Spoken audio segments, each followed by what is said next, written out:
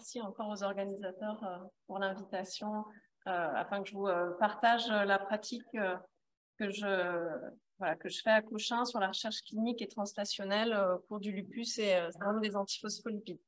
Donc ça, c'est vraiment pour les plus jeunes, hein, lupus systémique, bon, on sait, c'est une maladie rare, auto-immune chronique, systémique, avec une importante variabilité clinique, chaque signe pouvant être inaugural.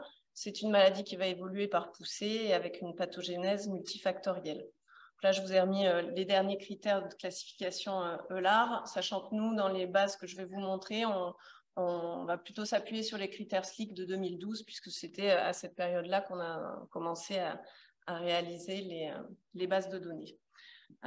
C'est une pathologie qui va toucher préférentiellement les femmes, plutôt jeunes, et c'est une pathologie qui va être plus fréquente chez les patients d'origine asiatique, d'Amérique du Sud ou encore afro-américaine, qui peuvent être notamment dans ces cas-là plus sévères.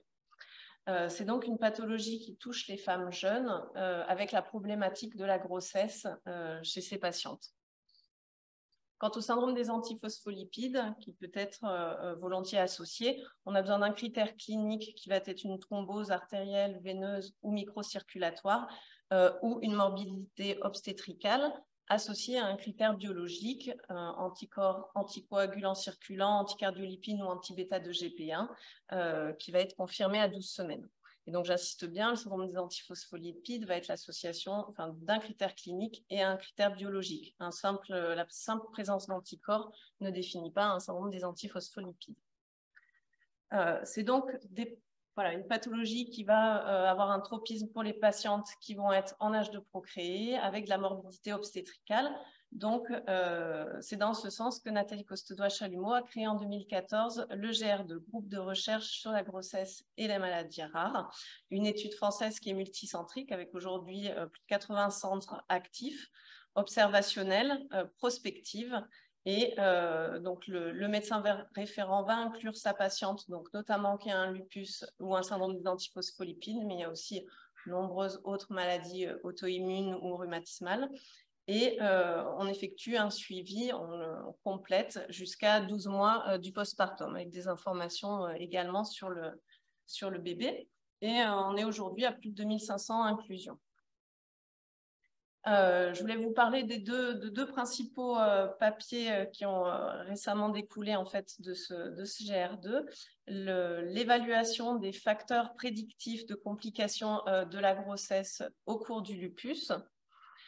Sur 238 patientes incluses, la majorité était bien sûr du coup sous plaquenil. Le seul facteur associé au risque de poussée du lupus, c'était le fait d'avoir un complément bas au premier trimestre. Et les complications, le risque de complications obstétricales était associé à la présence d'un anticoagulant circulant lupique ou de séquelles au Sleep Damage Index. Et on se rendait compte quand même sur cette étude-là que les patientes qui étaient bien vues en préconceptionnel, qui avaient un feu vert pendant la grossesse, qui prenaient bien leur plaquenil, avaient quand même un risque assez faible de complications. Le dernier article récemment publié par Anne Murat-Rassu dans le Lancet Rhumatologie est la caractérisation des profils maternels associés en fait à la thrombose ou aux événements hémorragiques sévères chez les patientes qui ont un syndrome des antiphospholipides. Là, on a 168 grossesses incluses de patientes donc, qui ont ce SAPL. 10% avaient un événement thrombotique donc, associé à la présence d'un anticoagulant circulant lupique ou d'une insuffisance placentaire. Et 7% avaient un événement hémorragique sévère. Là encore, on retrouve l'anticoagulant circulant lupique comme facteur prédictif, l'insuffisance placentaire.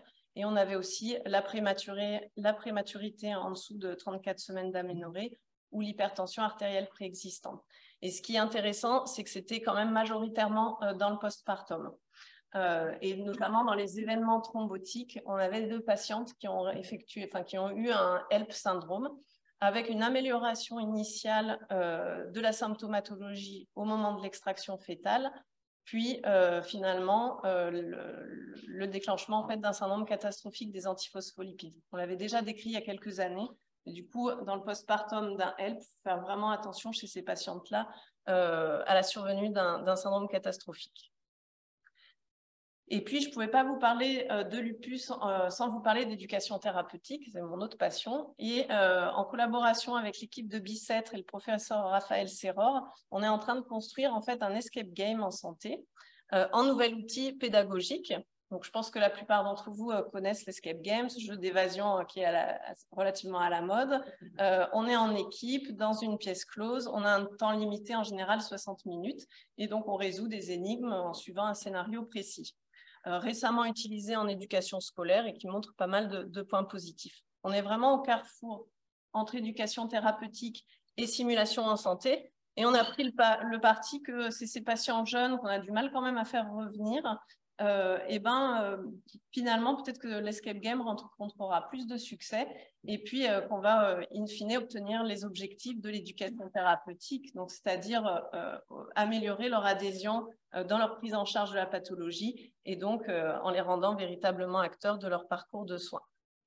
Donc, notre projet de recherche concernant cet escape game, c'est de comparer l'éducation thérapeutique classique versus l'escape game, avec comme objectif principal de comparer le score moyen au questionnaire Lupus Knowledge Assessment Test à 3 mois d'une session de TP classique versus escape game. Donc, on a prédéfini en fait 11 objectifs très précis tirés du programme d'éducation thérapeutique qui vont être donc réalisés dans chacune des sessions. Et voilà, je vous ai mis le petit questionnaire en objectif principal retenu et on a obtenu un appel à projet conséquent pour réaliser l'étude. Là, je vous ai mis une petite photo du premier scénario. Il y a 2 scénarios en fait pour cet escape game. Et là, c'était un bêta-test avec des patients voilà, qui ont bien accroché. C'est dans la salle de simulation SAD Bicêtre. Et le but, ça sera voilà, de pouvoir diffuser aussi ces escape games, cet outil d'éducation thérapeutique.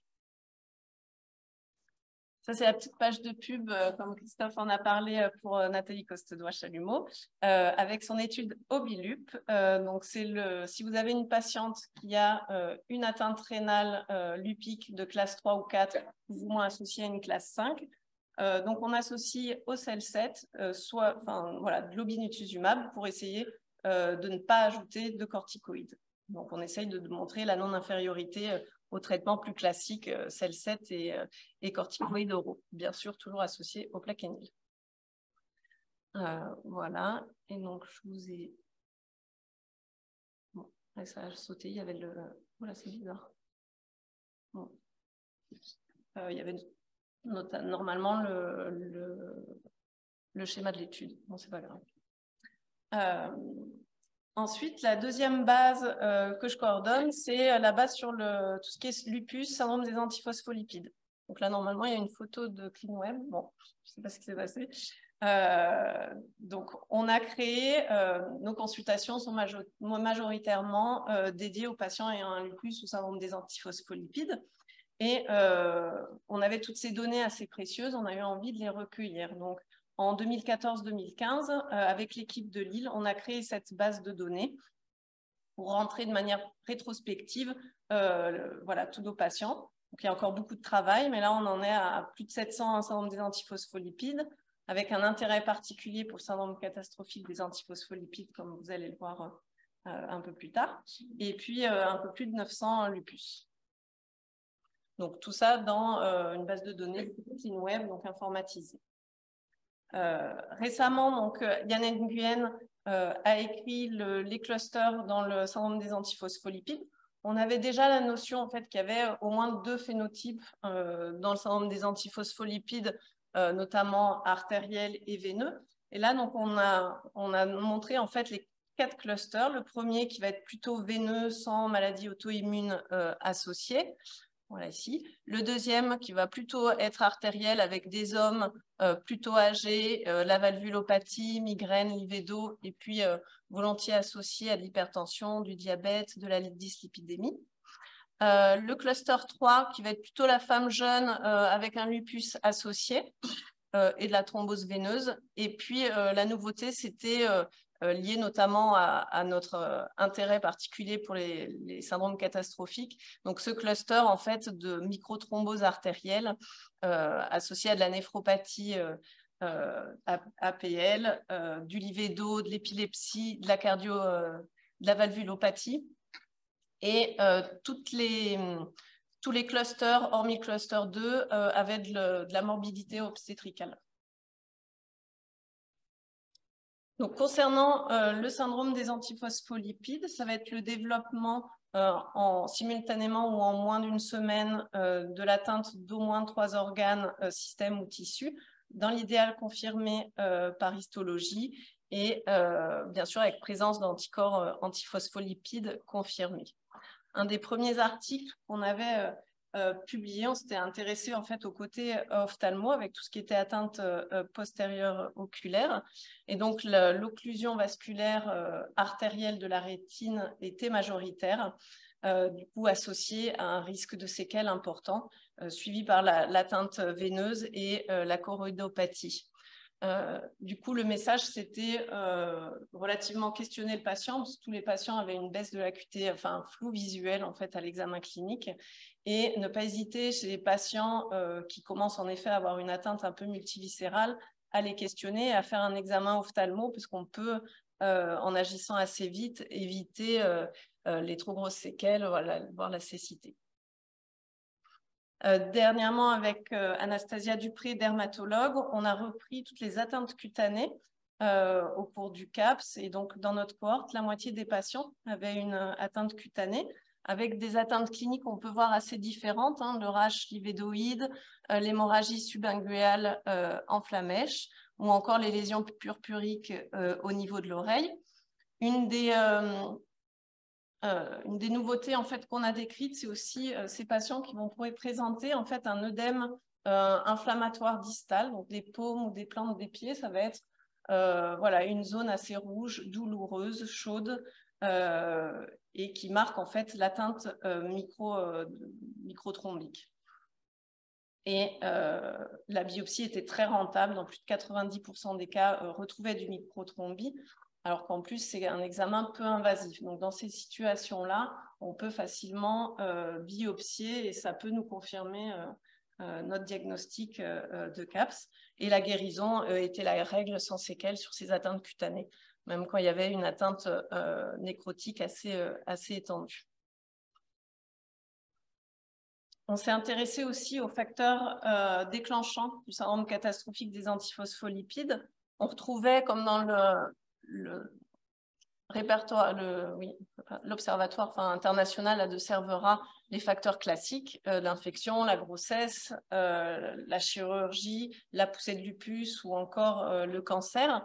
Et puis nous, ce qui nous intéressait, c'est quand même l'anticoagulation de nos patients qui étaient déjà connus avec un SAPL et qui étaient sous anticoagulants, qui étaient sous AVK. Et on voit que dans la majorité des cas, ils avaient un INR sous-dosé inférieur à 2.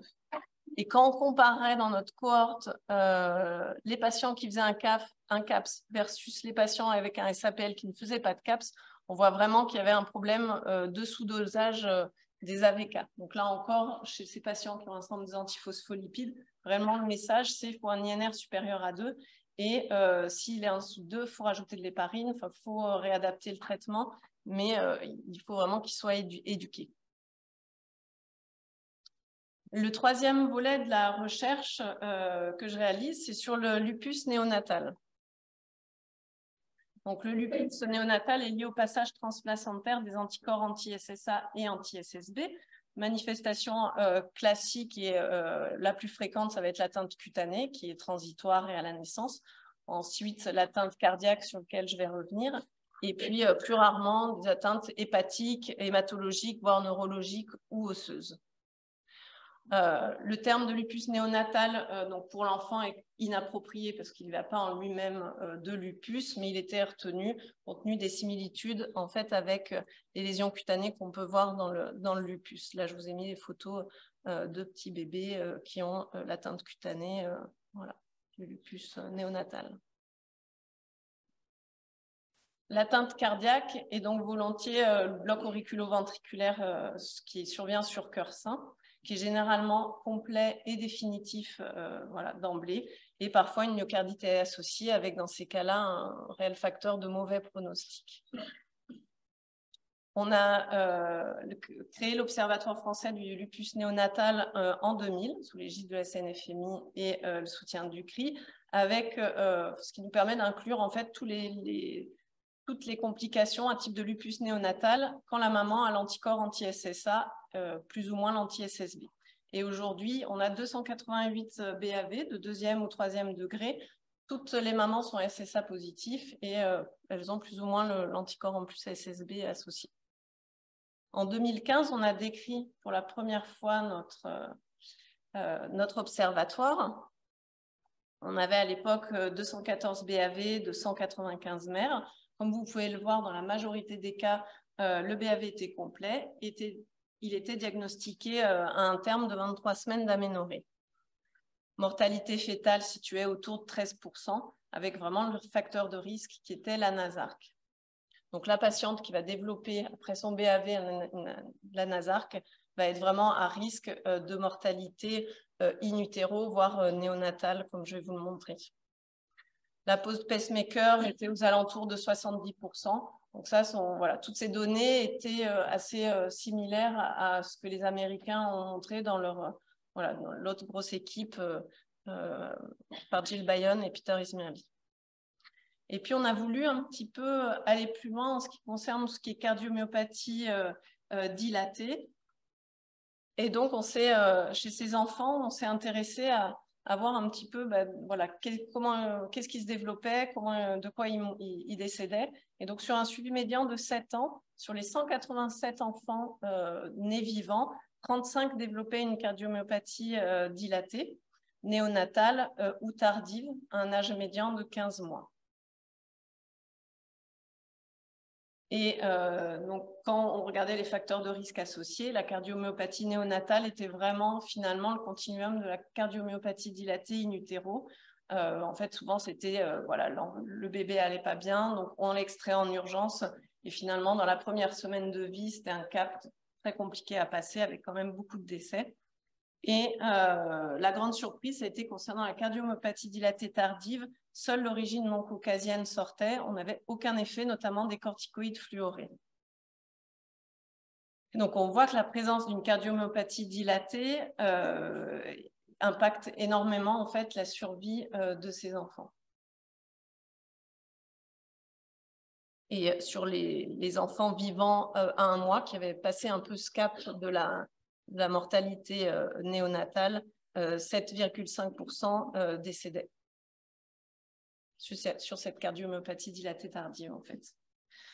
Donc, dans notre cohorte, ce qu'on a pu montrer, c'est que le traitement par corticoïdes fluorés in utero n'était associé ni à la régression des BAV, ni à la survie. Ne protégeait pas non plus de cette cardiomyopathie dilatée tardive. Mais le traitement par plaquenil non plus. Il n'y avait pas d'effet protecteur sur la mortalité, ni sur cette cardiomyopathie dilatée tardive. On s'est du coup posé la question en fait de la surveillance de ces mamans qu'on suit, qui ont un anticorps anti-SSA, qu'on a en consultation. Et voilà, ce qui est recommandé aujourd'hui, c'est de leur réaliser, une fois qu'elles sont enceintes, une échographie fétale tous les 15 jours pour vérifier le rythme, notamment cardiaque et l'espace PR, entre 16 et 24 semaines d'aménorrhée. Or, chez ces patientes-là, qui ont un anticorps anti-SSA, on sait que c'est 1% des mamans qui vont développer une complication cardiaque, enfin un BAV.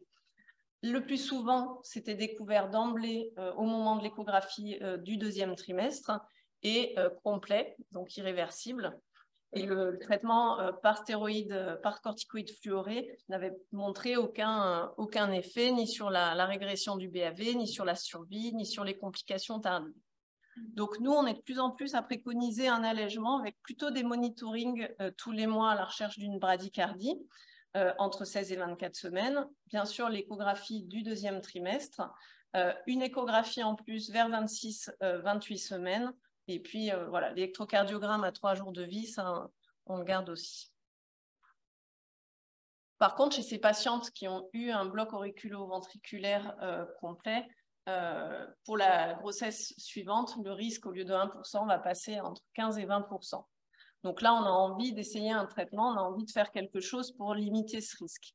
Les corticoïdes fluorés ne marchent pas, les IGIV ne marchent pas, Et par contre, l'hydroxychloroquine donnée dès le début de la grossesse diminuerait ce risque autour de 7%. Donc, nous, on préconise chez les patientes qui ont eu un BAV et qui retombent enceintes de les mettre sous plaquenil dès le début de la grossesse. Et puis, dans notre consultation, finalement, on voit beaucoup les mamans qu'on va suivre après, puisqu'elles ont cet anticorps anti-SSA. Et on a voulu décrire qu'est-ce qu'elles devenaient dans leur suivi, qu'est-ce qui se passe, est-ce qu'elles ont une maladie auto-immune, On se rendait compte que dans 3/4 des cas, les patientes, au moment du BAV, n'avaient aucune maladie auto-immune, n'étaient même pas connues pour avoir l'anticorps anti-SSA. On découvre à l'écho du 2e trimestre une bradycardie. On va plus loin, c'est un BAV, donc on recherche l'anticorps anti-SSA, donc on nous les adresse. Et donc dans 3/4 des cas, elles n'ont pas de maladie auto-immune. Et au cours du suivi, on avait là un suivi médian de 11 ans, on voit quand même que la moitié vont développer une maladie auto-immune, Sjögren ou lupus principalement, mais il y a aussi des polyarthrites rhumatoïdes. On voit là que le délai allait jusqu'à 5 ans et que, en effet, les patientes qui vont développer vraiment une maladie auto-immune sont principalement celles qui racontaient quand même par moment un épisode d'arthralgie inflammatoire, un syndrome sec, voire une fluxion parotidienne. Mais en fait, on peut être assez rassurant parce que les atteintes sévères sont rares. Donc sur nos 215 mamans, on n'a eu que deux atteintes lupiques du rein classe 5 et une classe 4, dont une atteinte rénale associée à un neurolupus. Une seule patiente est décédée, mais d'un cancer du sein, donc pas en rapport avec sa maladie auto-immune. Et on peut voir que les traitements sont assez légers. Donc nous, c'est des patientes qui sont, s'il y a lupus, systématiquement sous plaquenil. Et donc, on voit qu'il y a peu de traitements et très peu d'immunosuppresseurs. Donc, du coup, ces patientes-là, on va les suivre quand même, mais on va être assez réassurante sur la sévérité en fait, de l'atteinte qui va pouvoir arriver. Donc, finalement, on a encore beaucoup de projets en cours. J'ai essayé de vous dresser un petit aperçu de ce qu'on a pu faire grâce aux bases de données. Comme on peut voir, ces bases de données créées il y a quand même de nombreuses années, donc il faut beaucoup de temps pour pouvoir publier, pour pouvoir utiliser ces données. Ça demande aussi beaucoup d'énergie pour tous ceux qui font de la recherche, vous le savez, pour avoir tous les recours administratifs, la création, c'est compliqué. Il faut aussi s'efforcer d'avoir une qualité de remplissage et puis de rester assez homogène. Donc, on a de la chance de pouvoir assurer pas mal la supervision et de vérifier la qualité des données, ce qui permet d'avoir après des choses un peu plus qualitatives. Merci pour votre attention.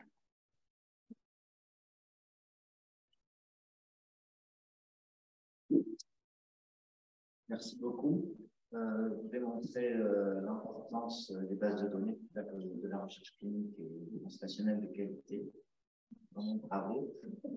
Et n'hésitez pas, mon mail, si vous avez des cas, des patients. Je sais que c'est partie quand même. Y a-t-il des questions?